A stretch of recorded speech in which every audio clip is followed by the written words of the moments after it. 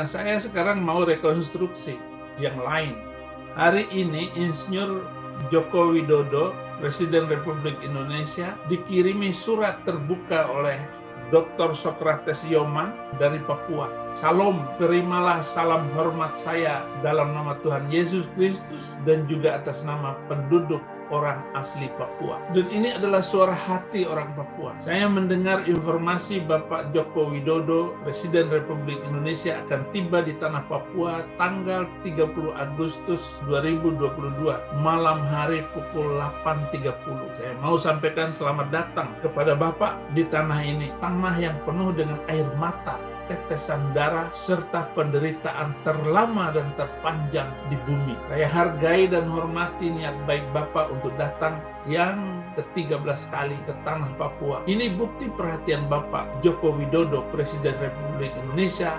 Bapak Presiden mencatat rekor kunjungan terbanyak ke tanah Papua dibandingkan beberapa presiden Indonesia sebelumnya. Ini adalah kepedihan hati bangsa pemimpin agama, kejahatan polisi dan tentara di Papua, tanpa mengurangi rasa hormat saya dari hati saya yang mau saya sampaikan dengan jujur kepada Bapak Insinyur Joko Widodo, bahwa saya mengharapkan dan juga meminta agar belajar kepada guru hati nurani. Nah, guru hati nurani inilah hukum Tuhan, hukum roh. Guru hati nurani Bapak almarhum Abdurrahman Wahid yang dikenal sebagai Gus Dur.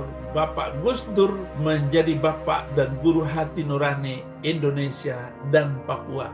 Jadi teman saya uji Gus Dur yang memiliki hati nurani. Nama Irian Jaya diganti atau dikembalikan ke Papua. Bintang Kejora diizinkan berkibar lebih rendah dari bendera merah putih. Waktu Gus Dur membantu dana 1 miliar untuk musyawarah besar rakyat Papua 23 sampai 26 Februari 2000. Jadi 22 tahun yang lalu. 22 tahun yang lalu orang Papua mengenang Gus Dur. Rakyat dan bangsa Papua Barat, khususnya penduduk orang asli Papua, menghormati, mencintai almarhum Gus Dur sebagai bapak hati nurani kemanusiaan dan juga bapak yang mengakui, menghormati martabat kemanusiaan kami. Sebaliknya Bapak Insinyur Joko Widodo berkunjung ke Papua sudah 13 kali, tetapi kekerasan dan kejahatan negara dan pelanggaran hak asasi manusia meningkat secara signifikan dan belum ada satu masalah pun diselesaikan. Para pelakunya dilindungi dan imunitas dan kegebalan hukum di Indonesia. Beberapa kali Bapak Joko Widodo tinggal janji kosong, belum pernah dipenuhi janji-janji Presiden Republik Indonesia. Sebagai berikut: 1. Janji untuk menyelesaikan kasus pelanggaran berat hak asasi manusia di Papua 8 Desember 2014, di mana TNI menewaskan 4 siswa, tapi yang dihukum hanya 1 orang pensiunan yang bernama IS. Apakah mantan komandan Koramil yang bernama IS sendiri menembak mati 4 siswa itu? Kejahatan ini terjadi pada siang hari dan banyak saksi bahwa pelakunya beberapa anggota TNI, bukan seorang tua bernama IS. Yang kedua, janji untuk memberikan izin para wartawan asing untuk berkunjung ke Papua belum terbukti sampai sekarang. 3. Pernyataan untuk dialog damai dengan kelompok pro referendum atau ULMWP 31 September 2019 belum terwujud sampai sekarang. Janji tinggal janji. 4. Indonesia gagal dan masih menutup akses kunjungan Komisaris Tinggi Hak Asasi PBB yang sudah didukung oleh hampir 100 negara, termasuk Uni Eropa. 5. Indonesia gagal melaksanakan 4 akar masalah Papua yang sudah dipetakan atau dirumuskan oleh Lembaga Ilmu Pengetahuan Indonesia LIPI, sekarang jadi BRIN. Pertanyaannya ialah, penguasa pemerintah Indonesia sembunyikan apa di Papua Barat ini? Kita harus tunggu bagaimana sikap dan tanggung jawab Presiden terhadap pembunuhan orang Papua asli dengan cara mutilasi 22 Agustus 2002 di Timika yang dilakukan oleh anggota TNI. Nama-nama pelaku sebagai berikut: Helmanto Franciscus Dahi, Mayor Infanteri. Yang kedua, Domingus Kainama. Nih, saudaranya si Kainama itu, Ustadz Kainama. Yang ketiga, Pargo Rumbau Praka. 4, Rahmat Amin CC. 5, Robertus Putra Klinsman. 6, Rizky Awaldi Siburian. 7, Zainal. 8, Umam warga sipil. 9, Roy warga sipil. Lalu ini dikatakan ini apa? Ini teman saya ini saksi hidup melihat penderitaan, dan dia sudah mengalami penderitaan demi penderitaan di atas tanahnya sendiri, di negerinya sendiri. Nama-nama korban kekerasan, kejahatan negara Republik Indonesia ada. Yang satu, Irian Nirigi, kepala desa Kenyam. Yang kedua, Arnold Lokbere, adik kandung dari pilot Aptor Lokbere. 3, Atistini. 4, Kelemanus Nirigi. 4 orang dibunuh. Rekonstruksi yang diadakan di Jakarta, 1 orang yang mati. Tetapi cukup mempermalukan Indonesia, mempermalukan polisi. Tetapi apa yang terjadi di Papua ini mempermalukan TNI. Orang Papua dibunuh, hartanya diambil, dibawa ke Jakarta. Orang Papua miskin untuk memperkaya orang di Jakarta. Kalau ini bukan penjajahan, kolonialisasi, apa namanya Pak Jokowi? Maka pantas teman saya ini mengirim surat. Lanjut, surat saudara saya, Dr. Sokrates Yoman.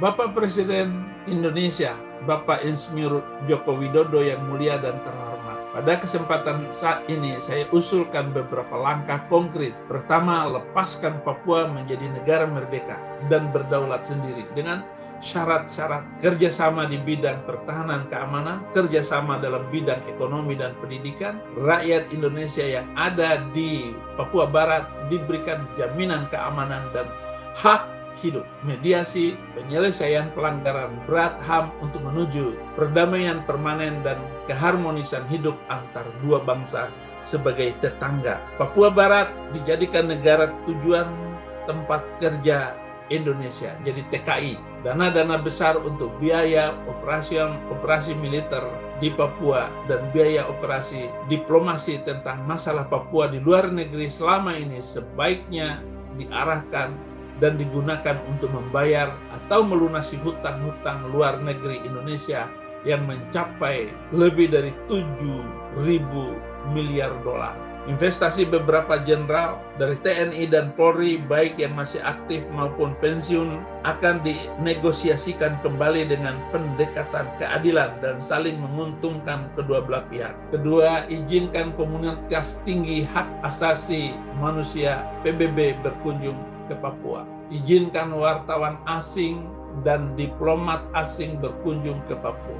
Buka ruang perundingan damai antara Indonesia dengan ULMWP yang dimediasi pihak ketiga dan diadakan di tempat netral sebagai pengalaman Indonesia dengan GAM Aceh 15 Agustus 2005 di Helsinki. Dalam proses perundingan damai ini dibahas dan disepakati ke-7 butir yang diusulkan pada bagian pertama. Yang Mulia Bapak Joko Widodo, Presiden Republik Indonesia, usulan dalam surat terbuka ini sepertinya tidak mungkin, tetapi bangsa yang besar selalu berpikir besar dan luas demi beri keadilan dan kemanusiaan sesuai nilai-nilai Pancasila. Langkah berani adalah suatu kebutuhan mendesak dan prioritas karena persoalan Papua adalah kanker ganas, tumor kronis, batu kerikil, duri, luka membusuk, bernanah di dalam tubuh bangsa Indonesia. Ini adalah suara hati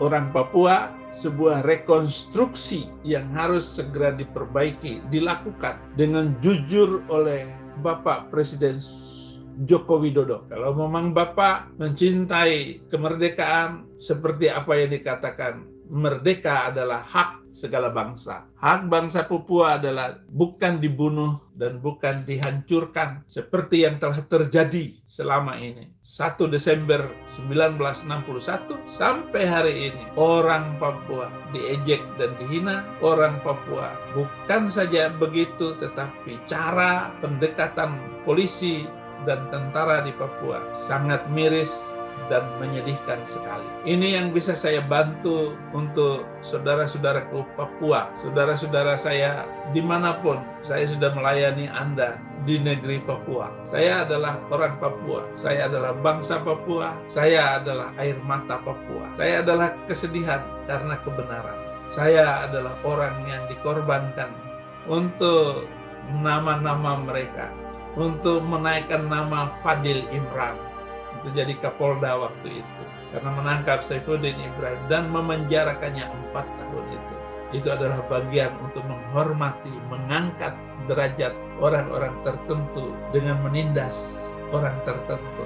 Politik belah bambu, yang satu diinjak, yang satu diangkat. Itulah yang terjadi di bangsa Indonesia, dan rekonstruksi ini adalah rekonstruksi hati nurani dan kebenaran. Kiranya Bapak Presiden Jokowi melihat dengan hati yang jernih penderitaan dan kesusahan bangsa Papua.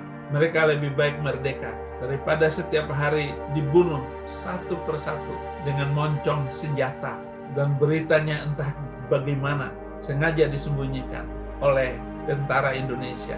Tentu saja Jokowi tidak berani memberikan izin lembaga hak asasi manusia PBB untuk datang ke Papua. Untuk datang ke Jakarta saja nggak berani.